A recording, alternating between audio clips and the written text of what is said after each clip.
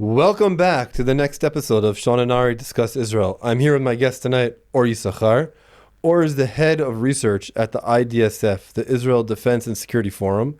He's been a member of the Israeli intelligence community going on almost 20 years now, and also a great voice to hear. We're going to be discussing Iran, whether there's what to really be afraid of and what's going to be happening in the future.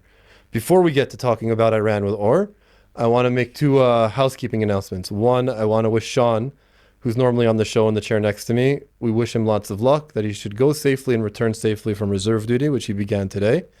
Hopefully we'll get him on here in between his stints of reserve duty on his days off to hear what's going on with him, what's going on in the army, and a general update. And in addition, I want to thank our friends here at the Jerusalem Media Group for sponsoring this episode and our future episodes. If you're looking for a professional studio in the heart of Jerusalem, these are the folks to call. From 4K and video production to live events and multi-camera shots, they've got everything you need to create your high-quality content. Visit JerusalemMediaGroup.com to learn more and book your next session. On a personal note, these guys are awesome, worth every minute of your time, and they can make your show look as great as ours. Now, let's get into Or. Or, welcome to the show. Good to be with you, Ari. How are you doing? What's new with you? I'm good. Congratulations for the show. The studio looks great. Thank you. It's a pleasure to have you. So, good to be with you. Iran. Where do we start? Well, look, I think it's a good thing that Israel and the United States are in lockstep as it comes to the Iranian nuclear program. The one thing we want to avoid is sort of a binary conversation of like either we launch an all-out World War III or we leave the Iranian nuclear program in place. I think everybody understands today, including President Trump, that the Iranian nuclear project is a danger not only to Israel but also to the safety and security of the Middle East and the United States. It risks vital U.S. interests in the Middle East and around the world. And as we are looking at the great global chess game, as Henry Kissinger put it, Iran is the weaker link in the radical axis of Russia, China, Iran, North Korea. And I don't think anybody seriously expects the United States to take on militarily either Russia or China. And so Iran, I think it's an opportunity for the United States to flex its muscles and insist on Iran not gaining nuclear weapons and insist not to have sort of a placebo deal like the Clinton administration had with North Korea in the 90s, which led to North Korean nuclear bombs, or to the JCPOA 2015 that could have inadvertently led to an Iranian nuclear bomb. So right now we're in a very perilous situation where Iran is minutes away from getting its hands on nuclear weapons if it so chooses. According to the IAEA, that the international watchdog that looks into the Iranian nuclear facilities, Iran is in an unprecedented level of enrichment. We're going to get to all of that, to the point where it's only a matter of decision and not a matter of capability. Okay, so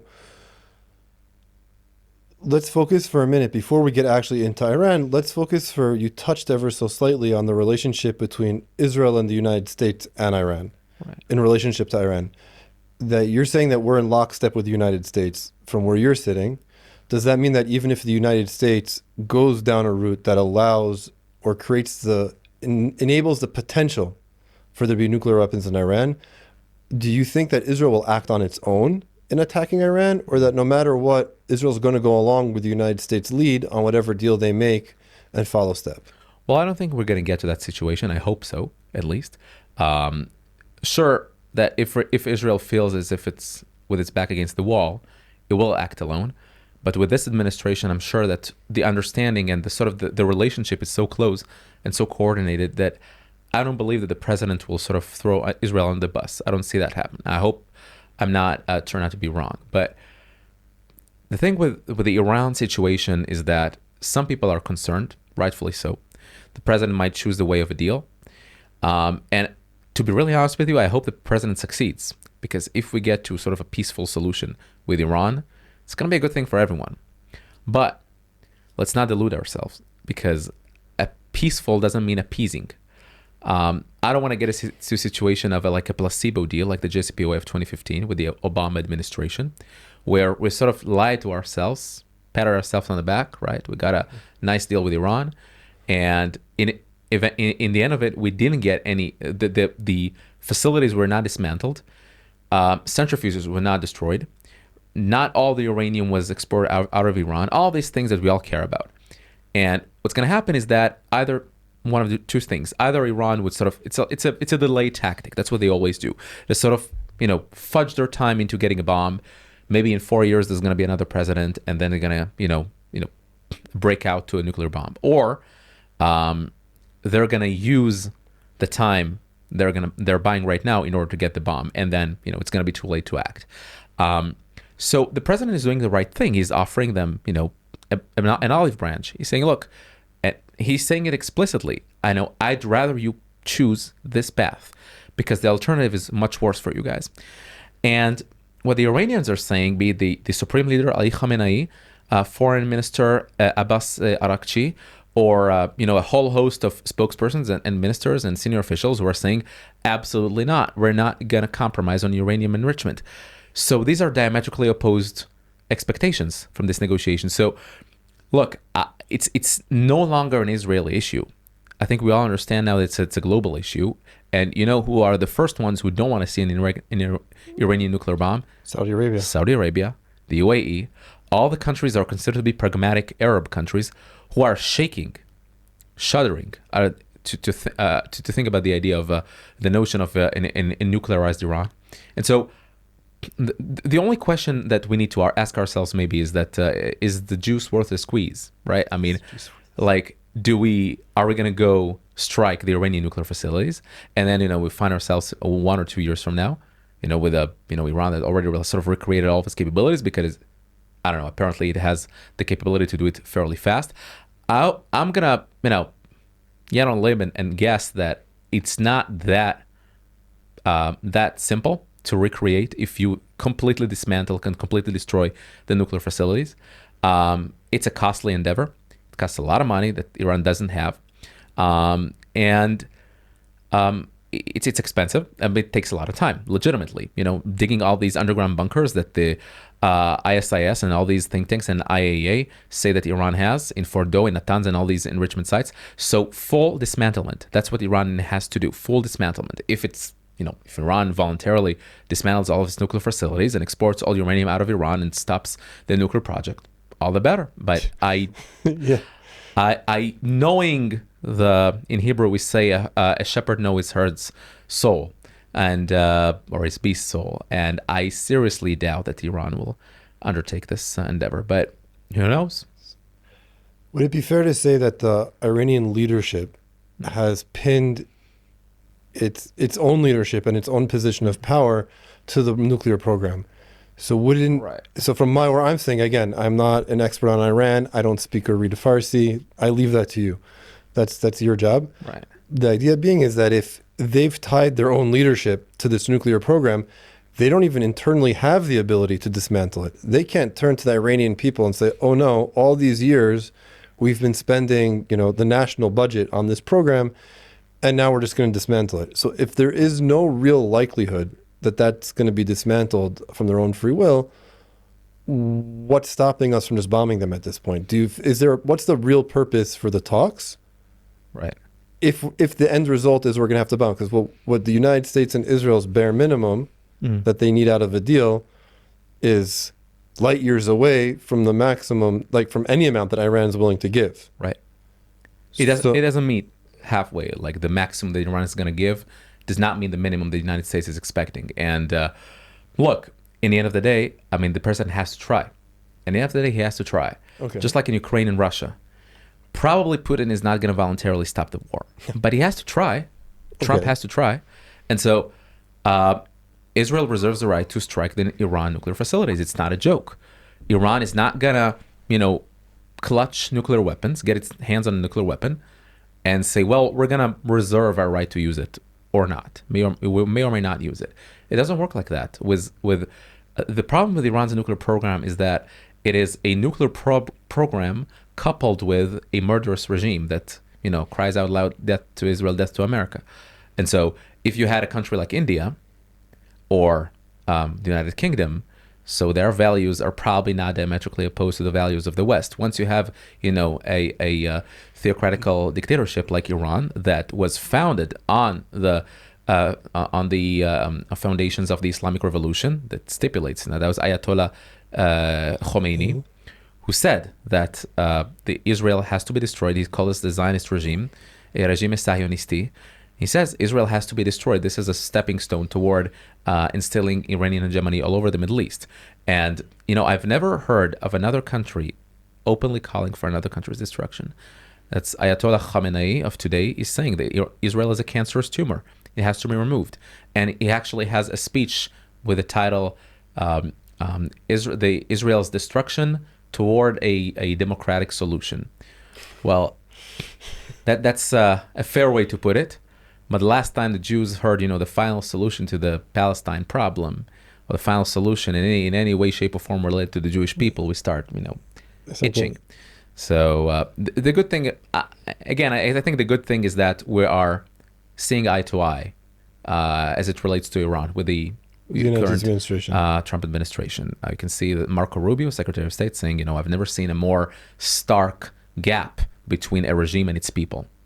So this is certainly encouraging. So that leads me into changing directions a little bit. As someone who reads and speaks Farsi and is involved in Iran, what do you see that there is real distance between the leadership and the people of Iran?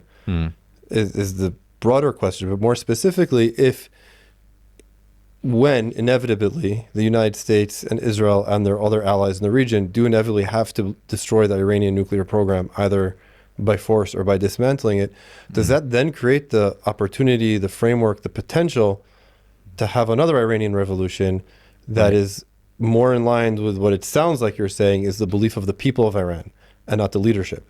Well, the people of Iran have always had this tendency to revolutions. And they've had a number of revolutions over the past 150 years. And they always struggled with the notion of having some sort of an Iranian identity as opposed to their Persian identity. They struggled with their Muslim Shiite identity as opposed to their once Zoroastric identity. And they are a whole plethora of ethnic groups. The Persian ethnic group, for example, already was reduced up to 50% of the population. That's all. 50% of the population are ethnically Persian, as opposed to Turkmens and Azeri and Jews and Arabs. But there is always this enigma, right? Is the Enqilab Islami, the Islamic Revolution, akin to Mardome Irani, the Iranian people? The Islamic Revolution, the Iranian people. You don't always find, perfect similarity between the two. You can make the argument that most Iranians are peaceful and they don't see eye to eye with this regime. I don't know to say that's true. Okay. I do believe this regime enjoys a fair amount of popular support. You got 90 million people in Iran. No serious poll has been conducted. Social media is pretty regulated, and you got millions of bots out there that can paint a very fake picture. So you can make your own judgment. There's the only way you can go about it is either decide on your narrative and sort of backfill reality, backfill it with your narrative. Perceived reality or perceived notions. But the other way is to sort of look at the evidence, and the evidence is very confusing, I have to tell you. Legitimately, many people in Iran are supporting the regime. What they are opposing is the economic destruction, the whole undermine international status that the regime has fallen upon the Iranian people. Many in Iran, including obviously the popular movement of the students who are waving, the student girls who are waving their headscarves and all that exists. But it's a bit like saying that, up-down Harvard graduates are representing the entire American electorate. It just doesn't make sense. It just doesn't happen. So just like in the United States, Iran is extremely diverse. I would not go as far as to say that the regime is entirely legitimate in the eyes of all 90 million people in Iran. I will say there is a fair amount of criticism toward the regime among all classes, among all layers of parts of the population. But to be honest, I do think that most of the Iranian people are people of faith. I don't believe that most Iranians want a liberal democracy. I don't believe that most Iranians want, very close relationship with Israel. And I think many of them do. So are those who do forming, a critical mass of the population, so that in the eventuality of a regime change in Iran, you're going to have a whole new relationship with Israel. I don't know. I wouldn't sign up for that. I wouldn't take it to the bank. All right, okay. But I will say that just like the PLO or Hamas educated, not to create a comparison, not to draw necessarily this comparison, but they've educated the Palestinian people for decades to hate Israel. There has to be some, ramifications, some effect to this very anti-Semitic regime on the mindset of the Iranian people. We mentioned for a minute that in order that Saudi Arabia and the UAE are the two players on the field that are maybe as afraid of Iran having a nuclear weapon as Israel, if not even more afraid of Iran having a nuclear weapon. Right. And that, as we saw in the previous time when Israel attacked Iran, it was last year already.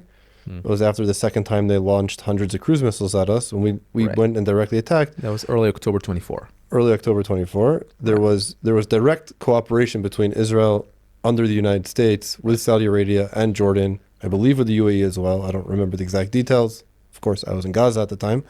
The question being is, if we already have that ability to cooperate with them directly, does cooperating to destroy the Iranian nuclear program then open a door for further cooperation between Israel and Saudi Arabia in the region and bring about this almost dreamlike reality where there's some regional cooperation that's more than just the limited Abraham Accords that exist right now, but a bigger project of Abraham Accords with Saudi Arabia, which is kind of the kingpin of the major Sunni states and basically the Muslim world as the home to Mecca and Medina.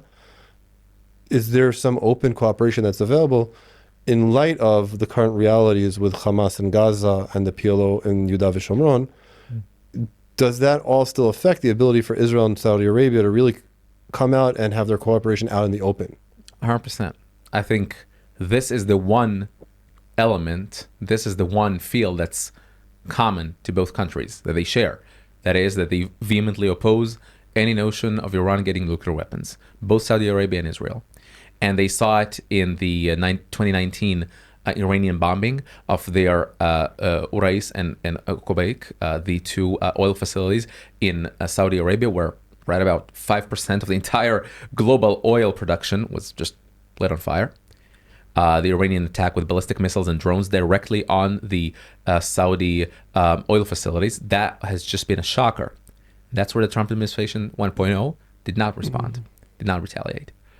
I think now we're talking about an entirely different ballgame. Say the Trump administration being very aggressive in Yemen, although this has stopped ever since. But look, Trump is the president of the United States. He's not the president of Israel. He's not the president of Saudi Arabia. So by definition, he's going to act upon what he views as the best interest of the United States. What I do think is going on is that Trump and Marco Rubio and Pete Hegseth and a whole host of very notable senior members of this administration are explicitly saying that Iran cannot have nuclear weapons. So this is deeply encouraging that they are committed and they are willing to flex their muscles and prevent Iran from getting nuclear weapons one way or another. And these are great news. Now, what's going to happen down the line? As of today, we're shooting this episode. Iran refused formally, officially, to Trump's proposal. They're going to have a fifth round of talks in Oman. And my fear is that this whole thing is going to be fudged and Israel is going to remain with its back against the wall. But I do think in the end, what best serves the best interest of the region, peace or prosperity in the region, is to get rid of the Iranian nuclear program one way or another. And that's going to pave the path to Israeli-Saudi normalization. Bear in mind that the Saudis, not too many people know it, but the Saudis are actually some of the loudest critics of Iran's nuclear program behind closed doors.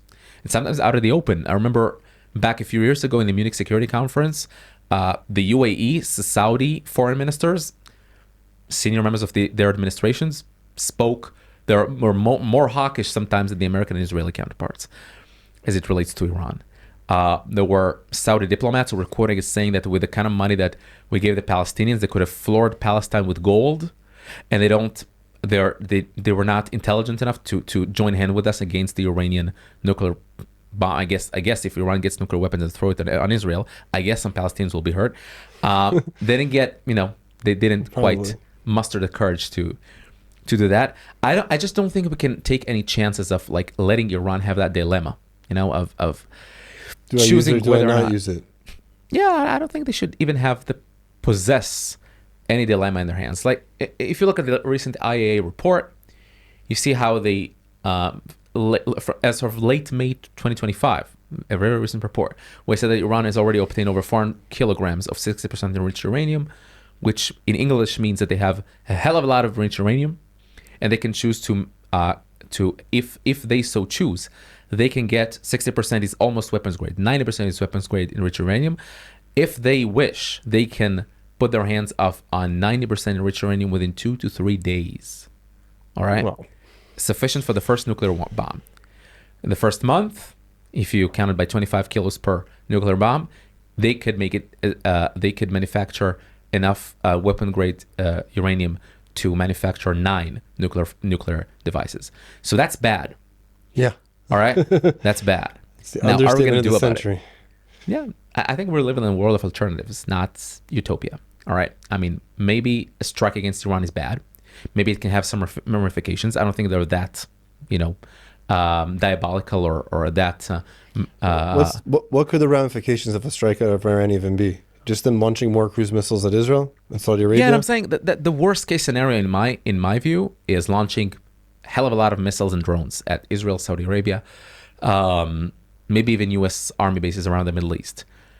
Problem is that the alternative is allowing Iran to get nuclear weapons. And that cannot happen. We cannot allow that. And that's not my position. That's the United States administration's formal position. And so whatever path we choose, either a deal or a strike, we cannot let Iran get nuclear weapons.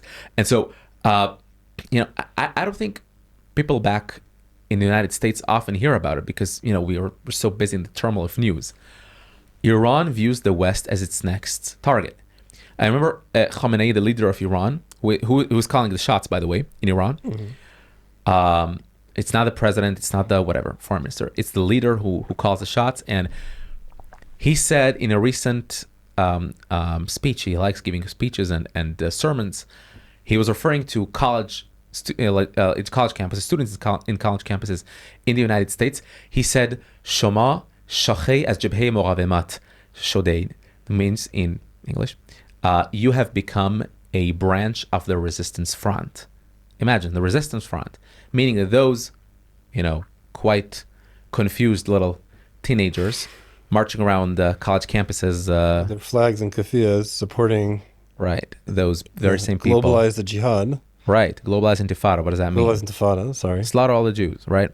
And globalized jihad too, by the way. It's not just slaughter Jews, it's slaughter the infidels. So it's the Christians, it's the Jews, it's any non-Muslim believer. Absolutely. And I think Muslims who don't share their faith as well. That don't share the radical Iranian beliefs as well. When they say like globalized intifada or from the river to the sea, he views it as a win for Iran, for the Iranian regime, not for the Iranian people, the Iranian regime. And it's a bit like the USSR, the Soviet Union, that for them, it doesn't really matter what the topic is. What matters is to undermine stability in the Western world. And so if protests in college campuses are on the streets are going to destabilize the American, homeland or the domestic front in the United States, that's good for them. That's a win. And so anything that undermines the unity and cohesion of the American society, for them, it's a win. And so that's why they have an interest to keep pouring fuel on that fire, maybe pouring a lot of money on that fire too. So I don't think it's an Israeli interest to prevent Iran from getting nuclear weapons. It's the duty of all of us to look at Iran and say, with that kind of, they're so bold and so brazen and they're so, the exporting of the revolution, we see a kind of the havoc that they're wreaking around the Middle East and around the world. Imagine the same thing with nuclear weapons. They're going to be untouchable. And so you earlier referred to like they view it as a tool to preserve the regime. Look what happened to Muammar Gaddafi of Libya or to Ukraine. Whenever they gave up their nuclear projects, that was the regime's the end of ended. them. Yeah, so I guess that's how they view it. But it doesn't matter because Iran is calling for Israel's destruction, and so it cannot have nuclear weapons. All right. Now let's change the subject completely. Sure. I want to go now and touch for a minute we spoke about Iran and the threat and how it seems like we're inevitably going to have to destroy the program either voluntarily, which we both, smirk at because no one's going to voluntarily give it up, Right. or eventually a joint attack, with the Israel, U.S. and their partners in the region, destabilizing the U.S., destabilizing Iran, one way or the other. That's the reality we're looking at moving forward. We touched on the future potential that such an attack opens up for Israel-Saudi relations. But you also mentioned that the protests that we're seeing across the American college campuses, whether they're funded directly, indirectly, or supported by the Iranian regime, is a huge success for them. Right. I want to shift the lens now and focus internally in Israel. When we see what's shaking the foundations of unity in Israel are the constant, we talked about it first as the anti-judicial reform protests, which turned into Kaplan, which turned into now the anti-war protests, where everything is about making a deal and capitulating to Hamas to bring home the hostages. Right. And the question is, can maybe the Iranian regime be viewing what's going on here internally in Israel and the disunity that's being sowed on the streets by a small percentage of the society? Could that be viewed as a success for them as well, that they would be looking to capitalize on in the next Israeli election, whether we're now recording on Tuesday, we might be in elections tomorrow before this is aired, and we might be again in months from now, who knows? But could they be viewing that as a way to destabilize Israel and accomplish their goals of destroying Israel, which they clearly didn't succeed with weapons with Hamas and Hezbollah, maybe destroyed from the inside out, which has always been the downfall of the nation of Israel, is our internal strife? 100%. 100%.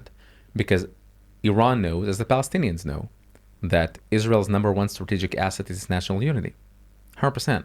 And so you're in a tank or you're in any military base and you're serving together with people from the right, left, and center. Jews and non-Jews, by the way. And you fight together these very radical enemies. And they know that, you may go out to your cafes or in your street corner and start talking about those lunatic right-wingers or the lunatic left-wingers. But when you're in between, the four walls of the military base, so to speak, or inside a tank together, you leave all that aside. And you know it better than I do. So this is so inspiring that I think for them, they sort of mark this as the number one target of the Iranian regime and the sort of the Palestinian, I would say, propaganda movement. Unfortunately, some in Israel bought into that narrative. And look, we're not IDSF, neither nor me. We're not particularly political. And we always talk about what Israel needs to win in Israel's national security interests. But you can't ignore that a very tiny fracture of the population has taken upon himself to oppose anything that reflects a Jewish identity of the state. And to be really honest, I don't think they're interested to have Israel win this war. They're openly saying it. For them, it's returning the hostages and ending the war. To quote one major general, he said, Hamas is years away from ever, recreating its capabilities or reestablishing its capabilities. Well, that's not good enough because we don't want to see another October 7 a few years from now. They keep telling us that next time we're going to be ready. We're going to be prepared. Well, I don't know we can take that chance. And so the goal, imagine what a waste of blood and treasure, a year and a half into the war, only to find ourselves back to square one. We give up control of the Gaza Strip, give up all that. So, I of course, the hostages, in my view, is a strategic objective of this war. You cannot end this war without bringing back all of them. But I don't think that some former generals and some social figures who are openly undermining the notion of a victory in this war. And to me, that's a national asset to have victory in this war. It's not just a slogan. To me, it's going to have, ripple effects across the Middle East. Saudi Arabia is looking at Hamas and looking at Gaza and privately tells Israel, we're going to have to win this war because we cannot risk the Muslim Brotherhood here at home in Riyadh be inspired by Muslim Brotherhood in Gaza, which is Hamas. We cannot allow that to happen. And so, we do want you guys to wrap up this whole Gaza affair fairly quickly, right? But we also don't want you to go back to square one. I just think that just like the USSR, if you remember Bezmenov, that Soviet agent, said that the number one asset is to sort of hammer into the fault lines of the American society. So it's called ideological subversion. He wanted the American society to fall. And so, just like you said, from the inside out, if you can't, force a military victory on Israel, sort of to win Israel over in the battlefield, sort of try to win over hearts and minds. And I think the vast majority of the Israeli public is not there. But, any loud minority can, create a strong enough effect. Right. All right. So, Laura, last question. We end every show, as is customary with Shauna.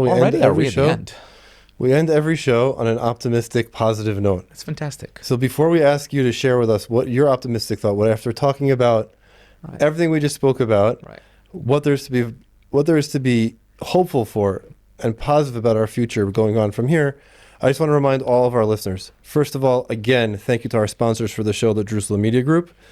And remember, like, share, comment, tell your grandma, tell your aunt, tell your uncle, tell everyone, get the content out there, because again, the more you know, the stronger you are.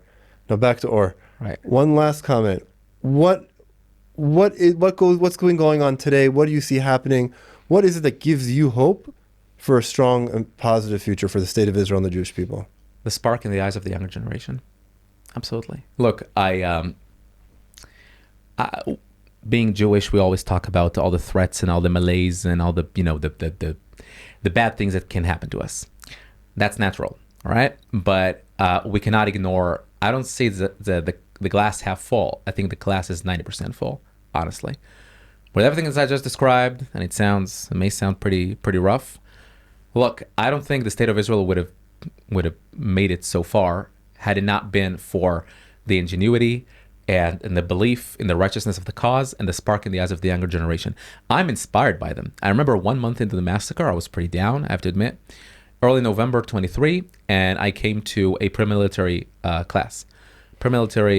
program with youngsters who are 18, and instead of going straight to the military once graduating from high school, they join this 1 year where they can, share their experiences and sort of grow up and find their identity.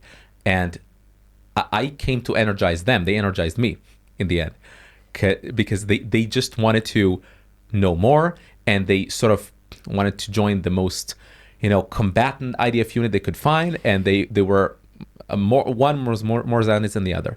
And then I look at folks right around my age who left, one of them, my very good friend, who is now in Khan Yunis in Gaza, who left a wife and 2 children at home, and he cannot be happier. I said, I go back home, and first of all, it's a different world. I am Gaza. It's much better than I do. But you leave Gaza, you drive northward toward the center, and finally you see skyscrapers, and oh my goodness, it's a different planet. And then I go back home and I close the door. Very shocking.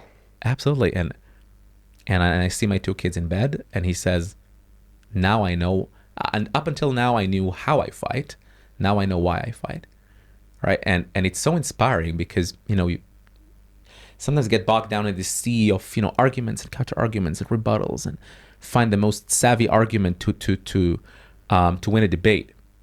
But then these moments are really inspiring. And look, I think our enemies know that they can't defeat our spirit.